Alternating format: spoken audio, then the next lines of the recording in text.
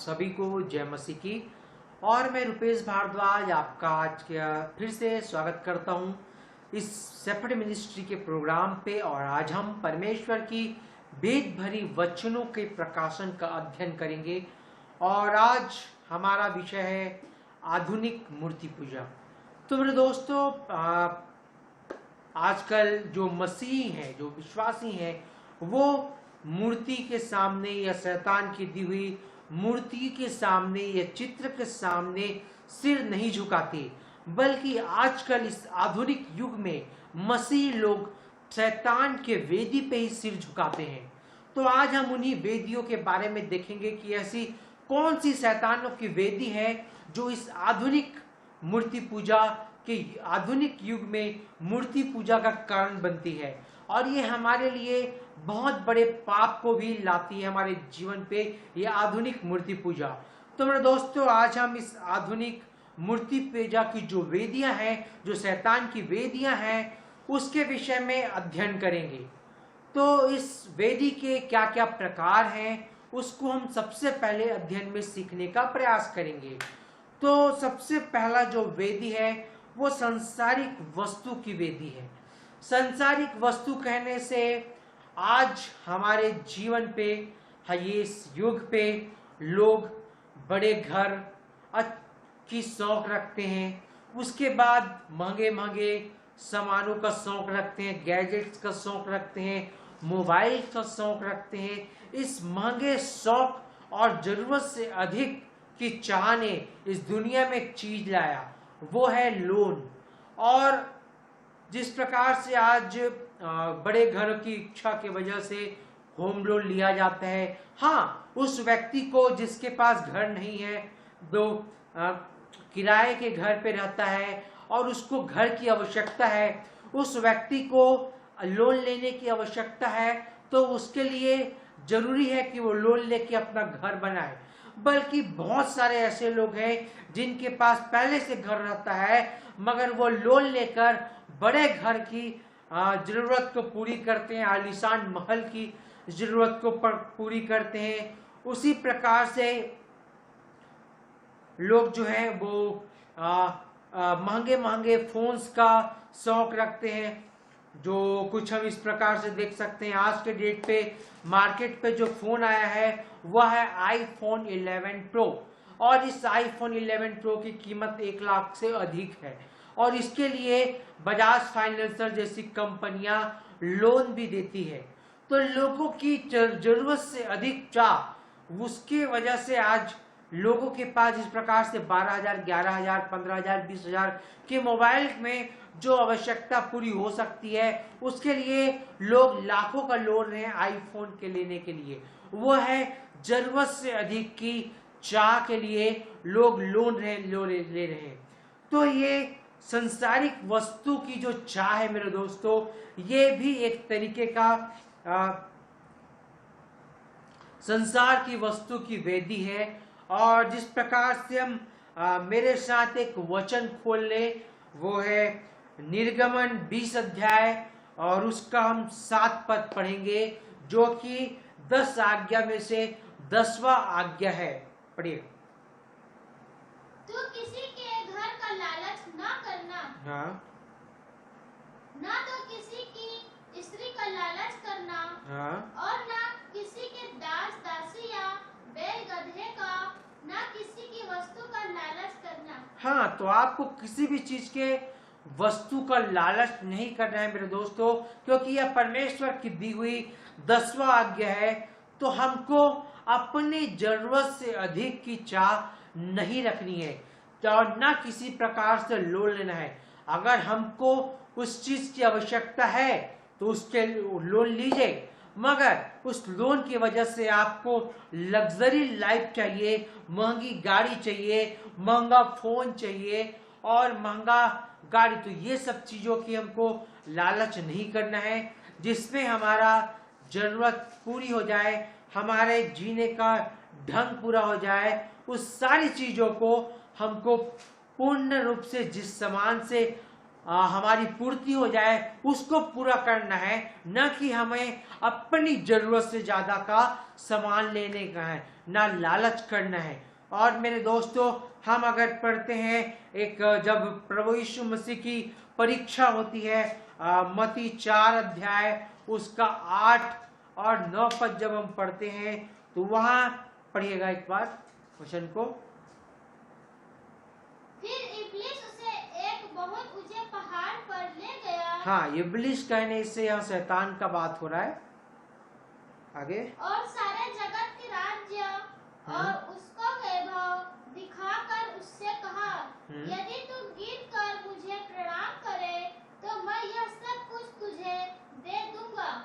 तो ये सारी चीजों का लालच हमको शैतान देता है कि हमको महंगी घर दिखाता है, महंगी गाड़ी दिखाता है, लग्जरी लाइफ दिखाता है, और वो उसके बदले में हमको करना क्या रहता है, उसको झुक के प्रणाम करना रहता है। तो मेरे दोस्तों, संसारिक वस्तु की वेदी कहने से शैतान को झुक के हम प्रणाम करते हैं। जब हम ये सारी चीजें अपने जीवन में जब जरूरत से अधिक लेने की चाह जब आ जाती है, जब लेने का हमको उसके लिए लोन लेना पड़ता है उन अधिक जरूरतों के लिए, तब उस समय में हम शैतान को झुककर प्रणाम करते हैं, उसकी वेदी को झुककर प्रणाम करते हैं। यह संसार की वस्तु की, यह शैतान की सबसे पहली वेदी है मेरे दोस्तों।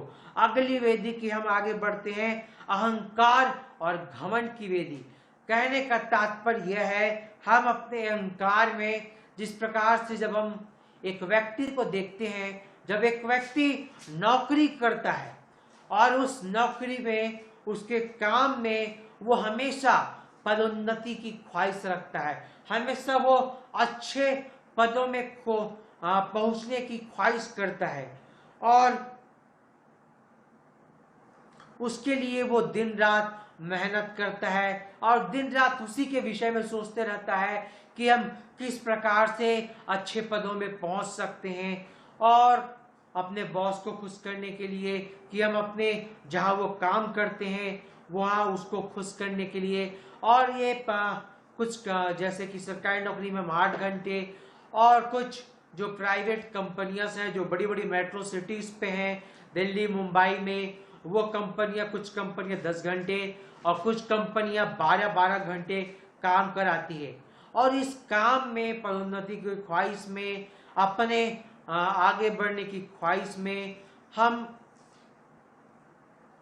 इस तरीके से खो जाते हैं कि हमें परमेश्वर का ध्यान नहीं रहता। उसी प्रकार से बिजनेस भी, कि हम इस प्रकार से बिजनेस करें तो हमारा बिजनेस आगे बढ़ेगा, हमें ज़्यादा प्रॉफिट होगा, हमारा बिजनेस ऐसा होगा वैसा होगा, और इस चीज़ में हम दिन भर सोचते रहते हैं। और ये सारे कामों में, नौकरी में जो 10-12 घंटे होती हैं, और बड़े बड़े बिजनेस में हमको इस बिजनेस के चक्कर में, और जो ये जो मेट्रो सिटीज का जो तो काम है, वह काम तो कुछ इस प्रकार से होता है मेरे दोस्तों, कि बच्चा, जब छोटे बच्चा रहता है घर पे, तो वो बच्चा जब सोते रहता है तो उस समय उन लोगों को ड्यूटी पे जाना पड़ता है, और जब वापस आते हैं तो उस समय में उनके बच्चे सो जाए रहते हैं। तो मेरे दोस्तों, अपने बच्चों को हम इस बिजनेस और नौकरी पे टाइम नहीं दे पाते, उनको उनका जो प्यार और प्रेम जो उनको देना चाहिए वो लोग नहीं दे पाते। उसी प्रकार से जो परमेश्वर से प्रेम की जो भावना है, उन प्रेम हम परमेश्वर को भी नहीं दे पाते। और यह दूसरी प्रकार के है कि इस तरीके से हमको बिजनेस, अपनी पदोन्नति और ये सब की ख्वाहिशों में हम परमेश्वर को भूल जाते हैं। तो मेरे दोस्तों, इसके समक्ष हम एक वचन को देखेंगे, सभोपदेशक 2 अध्याय उसका 21 पद से लेके हम 23 पद तक पढ़ेंगे। क्योंकि ऐसा मनुष्य भी है जिसका कार्य परिश्रम और बुद्धि और ज्ञान से होता है और सफल भी होता है, तो भी उसको ऐसे मनुष्य के लिए छोड़ जाना पड़ता है। तो यहाँ पे ये लोग जो हैं वो पदोन्नति और ये सारी चीजों का इसलिए करते हैं और वह अपने आप को मूर्ख बनाते हैं यह बोलकर कि हम अपने बच्चों के भविष्य के लिए कर रहे हैं और अपने उनके भविष्य के लिए कर रहे हैं, मगर ये सारी चीजें वो अपनी उन्नति के लिए करते हैं, अपने आत्मसम्मान के लिए करते हैं, अपने नाम के लिए करते हैं, मगर ये सारी चीजें वो किसी के लिए छोड़ जाते हैं जो चीजों के लिए परिश्रम भी नहीं किया रहता। और मेरे दोस्त आगे पढ़ेगा पहले, जिसने उसमें कुछ भी परिश्रम न किया हो। हाँ, उसमें वो जिसके लिए छोड़ते हैं वो कोई परिश्रम नहीं किया रहता उन चीजों के लिए जो उसको मिलता है, यह भी व्यर्थ और बहुत ही बुरा है। हाँ, ये सारी चीजें व्यर्थ है, क्योंकि आप जिस मकसद से करते हैं अपनी उन्नति के लिए, अपने सम्मान के लिए, मगर आपके मरने के बाद इसकी कोई वैल्यू नहीं रह जाती। आपको नाम को कुछ दिन में लोग भूल जाते हैं और आपका जो सारा जो कमाई है जिसको आप अपने लग्जरी लाइफ के लिए जोड़ते हैं वो मरने के बाद आप किसी और के लिए छोड़ जाते हैं। आगे, मनुष्य जो धरती पर मन लगाकर परिश्रम करता है। तो ये सारे लोग इस संसार में अपना मन लगाते हैं, सारा मन संसार में, परमेश्वर की ओर नहीं। उससे सब दिन तो उससे उसको क्या लाभ होता है? हाँ, उससे उसको कोई लाभ नहीं होता। उसके सब दिन तो दुखों से भरे रहते हैं और उसका काम देख के साथ होता है। रात को भी उसका मन चैन नहीं पाता। यह भी व्यर्थ ही है। हाँ, तो ये सब चीज व्यर्थ है। मन में आपको दिन में दुख का सामना करना पड़ता है। दुख करने से आपके ऑफिस में आपको जो परेशानी होती है, आपके डेली लाइफ में जो परेशानी होती है, उसके बाद आप जब सोने भी जाते हैं तो आपके मन में चैन नहीं रहता।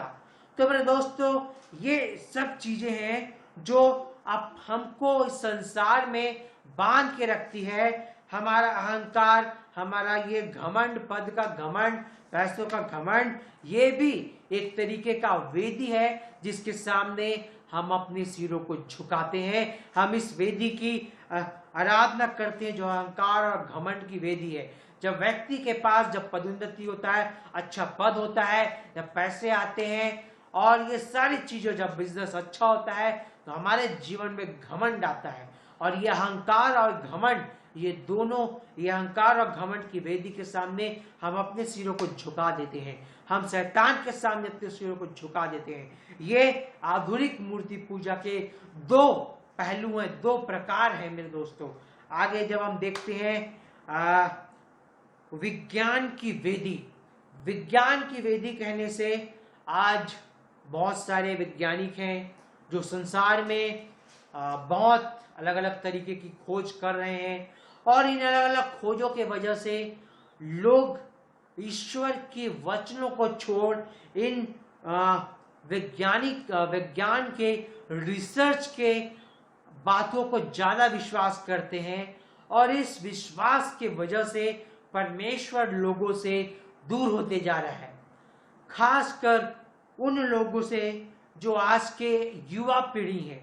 अक्सर जब युवा पीढ़ी को हम ये बात, परमेश्वर की बात को कहते हैं तो इसको वह अंधविश्वास कहते हैं, इसको वो मानने को तैयार नहीं होते।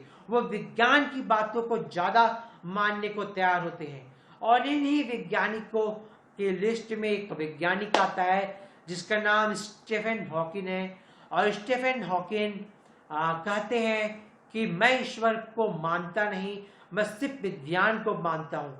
तो उसी प्रकार से उनके जो फॉलोअर हैं वो भी यही कहते हैं कि मैं विज्ञान को नहीं, मैं विज्ञान को मानता हूँ, ईश्वर को नहीं। तो मेरे दोस्तों, तो उसी प्रकार से हम अपने इस वैज्ञानिक युग पे विज्ञान को ही अपना ईश्वर मान लेते हैं और इस प्रकृति को ही अपना संसार मान लेते हैं और इसी प्रकृति को ही कई लोग ईश्वर का भी दर्जा देते हैं। तो मेरे दोस्तों, ऐसा नहीं है। और इसी विज्ञान के माध्यम से लोग बड़ी बड़ी बिल्डिंगें बना रहे हैं, रॉकेट बना रहे हैं, चांद पे जा रहे हैं, दूसरे ग्रहों पे जाने की कोशिश की जा रही है। मगर ये सारी चीज़ों के बारे में जब हम पढ़ते हैं दूसरा पत्रस उसका 3 अध्याय और उसका 10 पद से 13 पद तक, तो यहाँ पे हम देखते हैं कि ये सारी चीज़ें कुछ ही दिन की है, ये नष्ट होने वाली है। तो मेरे दोस्तों पढ़िएगा सबसे पहले दूसरा पत्रस 3 अध्याय उसका 10 पद से 13 पद तक। परंतु प्रभु का दिन चोर के समान आ जाएगा। उस दिन आकाश बड़ी हड़हड़ाहट के शब्द से जाता रहेगा और तख्त बहुत ही तख्त होकर पिघल जाएंगे और पृथ्वी और उस पर के काम जल जाएंगे।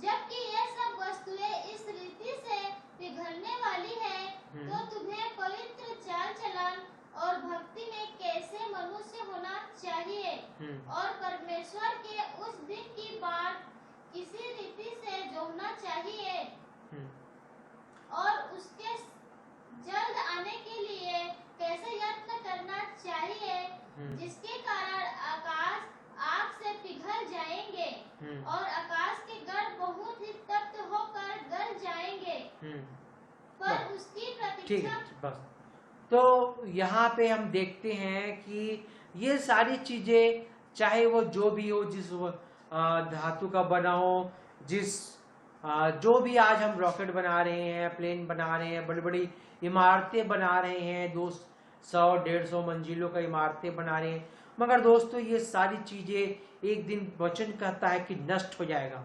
हमको सिर्फ परमेश्वर की आराधना करनी है, ना तो विज्ञान की। हम जब इस विज्ञान की आराधना करते हैं, विज्ञान की बातें करते हैं, विज्ञान की बातों और उसकी नियमों में जब हम लुप्त हो जाते हैं, तब हम इस विज्ञान की वेदी की आराधना करते हैं। अब विज्ञान की वेदी की आराधना करते हैं, इसका मतलब यही है कि हम शैतान की आराधना करते हैं। तो मेरे दोस्तों, इनसे हम ये नहीं कह रहा हूं कि विज्ञान में रिसर्च करना बुरी बात है और वे विज्ञान की बातों को करना बुरी बात है, ऐसा नहीं है। मैं सिर्फ यही बताना चाहता हूं कि आप परमेश्वर के वचनों को भी ध्यान करें, सिर्फ और सिर्फ विज्ञान की नियमों और उसके अधीन, उसके नियमों के अधीन ना हो जाए, सिर्फ उस पर विश्वास करने वाले ना हो जाए, परंतु उसके साथ आप परमेश्वर के वचनों को भी पढ़िए, उसको समझिए। मैंने एक वीडियो बनाया है, आप यूट्यूब चैनल पे देख सकते हैं कि विज्ञान और बाइबल, और मैं अगर आप फेसबुक में इस वीडियो को देख रहे हैं तो मैं इस यूट्यूब वीडियो का आपको लिंक इस वीडियो के डिस्क्रिप्शन में दे दूंगा, तो आप जरूर उस वीडियो को देखें और समझें विज्ञान किस प्रकार से विज्ञान हजारों साल पुराने जो बाइबल में लिखी जा चुकी है उन बातों को प्रमाणित करती है, जो कि परमेश्वर ने बाइबल के वचनों पे हजारों साल पहले ही प्रमाणित कर चुका है। तो आप उस वीडियो को जरूर देखें और समझें कि विज्ञान और बाइबल में कितना अंतर है। तो मेरे दोस्तों, और अगला हमारा जो वेदी है वो स्वयं की वेदी है। कहने का अर्थ यह है अपने स्वयं की जरूरतों को पूरी करना, स्वयं के जीवन की आराधना करना और दूसरे की जरूरतों को हटा देना और स्वयं के लिए हर काम करना। कहने का अर्थ यह है, आज हम देख सकते हैं यह इस वेदियों में सबसे खतरनाक वेदी है। आज हम देख सकते हैं कि लोग शराब के अधीन हैं और सिगरेट के अधीन हैं, ड्रग्स के अधीन हैं और बहुत सारे नशीली दवाइयों के अधीन हैं। तो मेरे दोस्तों, ये सारी चीजें जब व्यक्ति शराब पीता है तो आप देखते हैं कि वह जिस प्रकार से एक मजदूर 100 रुपए 200 रुपए कमाता है दिन में, और उसे शाम को उसकी मजदूरी मिलती है, और शाम को जब उसको उसकी मजदूरी मिलती है, उसके हाथों में पैसा आता है 200, तो उसको वह अपने परिवार की जरूरत को ना पूरी कर वह स्वयं के लिए शराब खरीदने जाता है और उसको पीता है। तो मेरे दोस्तों, इसमें हम देख सकते हैं कि लोग नशीली दवाइयों के अधीन हो जाते हैं, उसके बाद स्वयं भोजन के अधीन हो जाते हैं। कहने का अर्थ है जो जरूरत से ज्यादा भोजन, कहने का मेरा तात्पर्य यह है मेरे दोस्तों कि लोगों के शरीर में, आप मेडिकल साइंस के हिसाब से भी देखें तो 4 टाइम का अलग अलग, सुबह का नाश्ता, दोपहर का खाना, शाम का नाश्ता और रात का खाना, ये 4 अलग अलग प्रकार हैं। तो और इससे अधिक लोग क्या है, जो हमारे शरीर की जरूरतों को पूरा करता है, हमें उतना ही भोजन लेना चाहिए, ना कि उससे अधिक। आज लोग कुछ अधिक भोजन ले रहे हैं जो शायद हमारे शरीर की जरूरतों के अधिक है। जो भोजन में बाइबल में यह भी लिखा है, पेटूपन हमको नहीं करना है। तो लोग आजकल ये पाप कर रहे हैं पेटूपन का, कि जरूरत से ज्यादा खाना, पिज्जा, बर्गर, चाउमीन, ये सब अधिक खाना, इससे हमारे शरीर को कोई लाभ नहीं है, ये हमारे सिर्फ जीभ का स्वाद है। तो मेरे दोस्तों, और ये सारी चीजों को करके लोग और विज्ञान की बातों को मानकर, स्वयं के अहंकार और घमंड को मानकर, वेदी को झुककर प्रणाम कर कर संसारिक वस्तु की अपनी जरूरत से ज्यादा अधिक को प्राप्त कर कर उस वेदी में झुककर लोग ये सारी जो हमने 4 वेदियां देखी, जो संसारिक वस्तु की वेदी है, जो अहंकार और घमंड की वेदी है, और जो विज्ञान की वेदी है, और जो स्वयं की वेदी है। तो ये सारी वेदी को मान कर, झुक कर प्रणाम कर कर लोग अपने आप को ईश्वर प्रमाण करना चाहते हैं। यह अदन के बगीचे में शैतान से बोला गया सबसे बड़ा झूठ है। आइए हम चलते हैं उत्पत्ति की पुस्तक, उसका 3 अध्याय और उसका 5 पद हम पढ़ेंगे। वरन परमेश्वर आज जानता है कि जिस दिन तुम उसका फल खाओगे उसी दिन तुम्हारी आंखें खुल जाएगी और तुम भले बुरे का ज्ञान पाकर परमेश्वर के तुल्य हो जाओगे। हाँ, आज भी शैतान के इन 4 वेदियों को झुककर प्रणाम कर कर हम अपने आप को ईश्वर साबित करना चाहते हैं, और यही आधुनिक मूर्ति पूजा में हम अपने आप को, स्वयं को ही पाया जाता है मेरे दोस्तों। तो हम स्वयं को ईश्वर प्रमाण करने की कोशिश करते हैं, और यह शैतान का सबसे बड़ा बनाया हुआ जाल है कि लोग, एक मनुष्य अपने आप को ईश्वर साबित करना चाहते हैं, अपने आप को ईश्वर मानता है। तो मेरे दोस्तों, इस शैतान की वेदियों के सामने हम ना झुकें और इसको, हमको अपने आप को ईश्वर ना समझे, बल्कि उस सच्चे परमेश्वर को झुककर प्रणाम करें। तो मेरे दोस्तों, इन 4 वेदियों का एक केंद्रीय बिंदु है, एक सेंटर पॉइंट है। आइए हम उस सेंटर पॉइंट पे जाते हैं। जो हमारा इस टॉपिक का की वर्स है वह है 1 यूहन्ना 2 अध्याय और उसका 16 पद हम पढ़ेंगे। क्योंकि जो कुछ संसार में है, अर्थात शरीर की अभिलाषा और आंखों की अभिलाषा और जीविका का घमंड, वह पिता की ओर से नहीं परंतु संसार की ओर से है। तो ये 3 चीज में जो है शैतान हमको फंसा के रखता है, और इन 3 चीजों के वजह से ही हम शैतान को झुककर प्रणाम करते हैं। इस आधुनिक मूर्ति पूजा में हम ये तीनों चीज शामिल है, और ये परमेश्वर की ओर से नहीं बल्कि शैतान की ओर से है, जिसमें सबसे पहला है शरीर की अभिलाषा।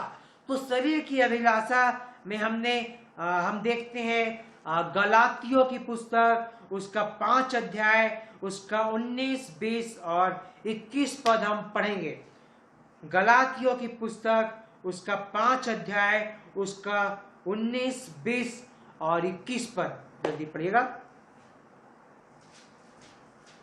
तो मेरे दोस्तों, यहाँ लिखा हुआ है कि शरीर में क्या क्या अभिलाषाएं पाई जाती है, और इस अभिलाषाओं में किस प्रकार से हम फंसते हैं वो हम स्वयं जानते हैं। और सबसे पहली अभिलाषा क्या क्या है, शरीर की अभिलाषा, वो हम देखते हैं। पढ़िएगा। शरीर के काम तो प्रकट है, अर्थात वे विचार, गंदे काम, लुचपन, मूर्ति पूजा, टोना, बैर, झगड़ा, ईर्ष्या, क्रोध, विरोध, फूट, विधर्म, दाह, मतवालापन, लीला क्रीड़ा और इनके जैसे और काम हैं। तो बस, तो मेरे दोस्तों यहाँ पे ये सारी हैं जो शरीर की अभिलाषा के अंदर आती है। और ये शरीर की अभिलाषा को पूरी करने के लिए हम से संसारिक वस्तु की वेदी को झुककर प्रणाम करते हैं, अहंकार और घमंड की वेदी को झुककर प्रणाम करते हैं, और कुछ हद तक हम विज्ञान की वेदी को भी झुककर प्रणाम करते हैं, और स्वयं की वेदी। ये चारों चीजें इस पहले बात पे आती है। दूसरी में भी आती है, वह है आंखों की अभिलाषा। तो हम वापस आ जाएंगे सबोपदेशक की किताब, उसका 2 अध्याय और उसका 10 पद। और जितनी वस्तुओं को देखने की मैंने लालसा की, उन सबों को देखने से मैं ना रुका। मैंने अपना मन किसी प्रकार का आनंद भोगने से ना रोका, क्योंकि मेरा मन मेरे सब परिश्रम के कारण आनंदित हुआ। और तो बस, तो यहाँ पे सुलेमान की वाणी है ये। तो यहाँ पे बताना ये चाहते हैं कि हम आज सभी प्रकार की चीजों को देखकर आनंद लेते हैं, और उसमें पहला चीज जो है टीवी जो है मेरे दोस्तों, शैतान का बनाया सबसे बड़ा जाल है। आप टीवी जब देखेंगे या टीवी जब देखते हैं, उसमें गाना देखते हैं, उसमें पिक्चर देखते हैं, तो वह दिन भर आपके दिमाग में, आपके मन में गूंजते रहता है। वही चीजें आपको, जिस प्रकार से आप गाना सुनते हैं फिल्मों के, तो वह दिन भर आपके मनों में गूंजता रहता है, आपके दिमाग में गूंजता रहता है। वही बार बार वही गाना आपके दिमाग में आता है। तो आपको परमेश्वर की स्तुति करने का टाइम नहीं मिलता, क्योंकि वचनों पे लिखा है, जो आत्मा और सच्चाई से मेरी स्तुति आराधना करते हैं, मैं उनसे प्रसन्न होता हूँ। तो दोस्तों, ये चीजों को आपको शैतान करने नहीं देता जब आप इस आंखों के अभिलाषा में फंस जाते हैं। दूसरा सबसे बड़ा जो आज का गैजेट है, वो है जिसकी वजह से हम आंखों के अभिलाषा में सबसे ज्यादा फंसते हैं, वह है मोबाइल फोन।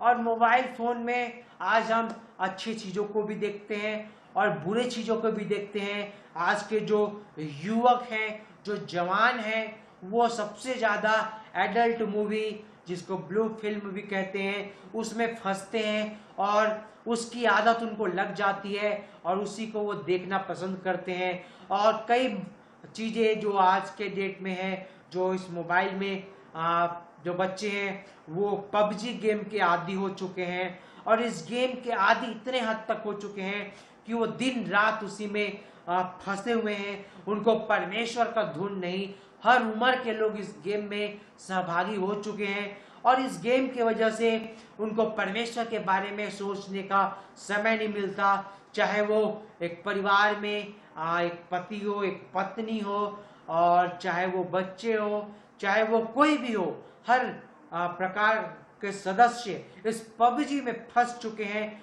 जो आंखों की अभिलाषा का सबसे बड़ा कारण है। उनको परमेश्वर के बारे में सोचने का टाइम नहीं, उनको बाइबल पढ़ने का टाइम नहीं, उनको प्रार्थना करने का टाइम नहीं, उनको सिर्फ इस मोबाइल के आंखों के अभिलाषा में फंस चुके हैं, पबजी गेम में फंस चुके हैं, और दुनिया भर की मूवीज में, टीवीज में फंस चुके हैं। तो मेरे दोस्तों, मैं आपसे आग्रह करता हूँ कि इन अभिलाषाओं से बचें। उसके बाद हम अपने आखिरी जो है जीविका का घमंड, चाहे वो आपका संसारिक पद हो, आपकी शक्ति का घमंड हो, आपके ताकत का घमंड हो, आपके धन संपत्ति का घमंड हो, आपको अपनी बुद्धि और ज्ञान का घमंड हो, आपको अपनी सुंदरता का घमंड हो, चाहे आपका जो भी घमंड हो आपके जीवन पे, इन सारी चीजों का जिसमें हम ये सारी चीजें आ जाती हैं तीनों के अंतर। चाहे आप संसारिक वस्तु की वेदी, अहंकार की और घमंड की वेदी, विज्ञान की वेदी, स्वयं की वेदी, ये तीनों में आ जाते हैं आपके ये चारों वेदियां। और ये तीनों के वजह से हम शैतान को झुककर प्रणाम करते हैं और इस आधुनिक मूर्ति पूजा के हम हिस्सा बन जाते हैं। इसका एक ही तरीका, ये जो शैतान ने अदन के बगीचा में ये मनुष्य के में ये चाल मनुष्य के अपने सामने झुकाने के लिए जो चाल चला था और परमेश्वर से दूर करने के लिए ये चाल चला था अदन के बगीचे में आदम हव्वा के लिए, तो वो चाल आज तक मनुष्य फंसते आ रहा है। लोग आज फंस रहे हैं और शैतान की वेदियों को झुककर प्रणाम कर रहे हैं, इस आधुनिक मूर्ति पूजा के हिस्सा बन रहे हैं। और इसका सबसे अच्छा उदाहरण यही है कि हम परमेश्वर से प्रेम करें, परमेश्वर के वचनों की ओर ध्यान करें।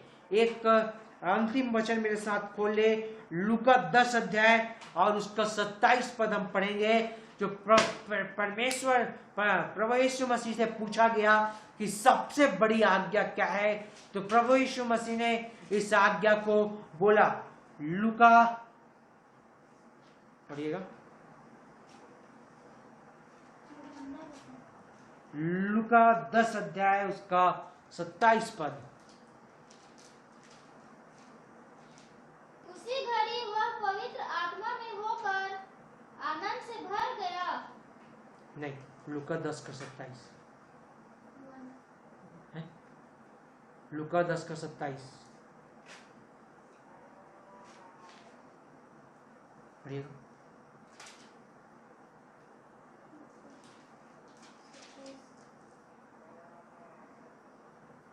उसने उत्तर दिया, तू प्रभु अपने परमेश्वर से अपने सारे मन और अपने सारे प्राण और अपनी सारी शक्ति और अपनी सारी बुद्धि के साथ प्रेम रख। हाँ, बस जब हम अपने सारी शक्ति, बुद्धि और सब जो यहाँ लिखा है दूसरी आज्ञा, इसके अनुसार जब हम परमेश्वर को प्रेम करेंगे, जब हम वचनों को पढ़ेंगे, जब हम परमेश्वर की स्तुति करेंगे, तो मेरे दोस्तों हम इन सारी वेदियों से बच सकते हैं। जो चार वेदी जिसको हम झुककर प्रणाम करते हैं, जिसके वजह से हम आधुनिक मूर्ति पूजा करते हैं, तो इसको बचने का यही तरीका है जिसे प्रभु यीशु मसीह ने बताया कि अपने सारे बुद्धि, शक्ति, एक बार और पढ़ लीजिएगा।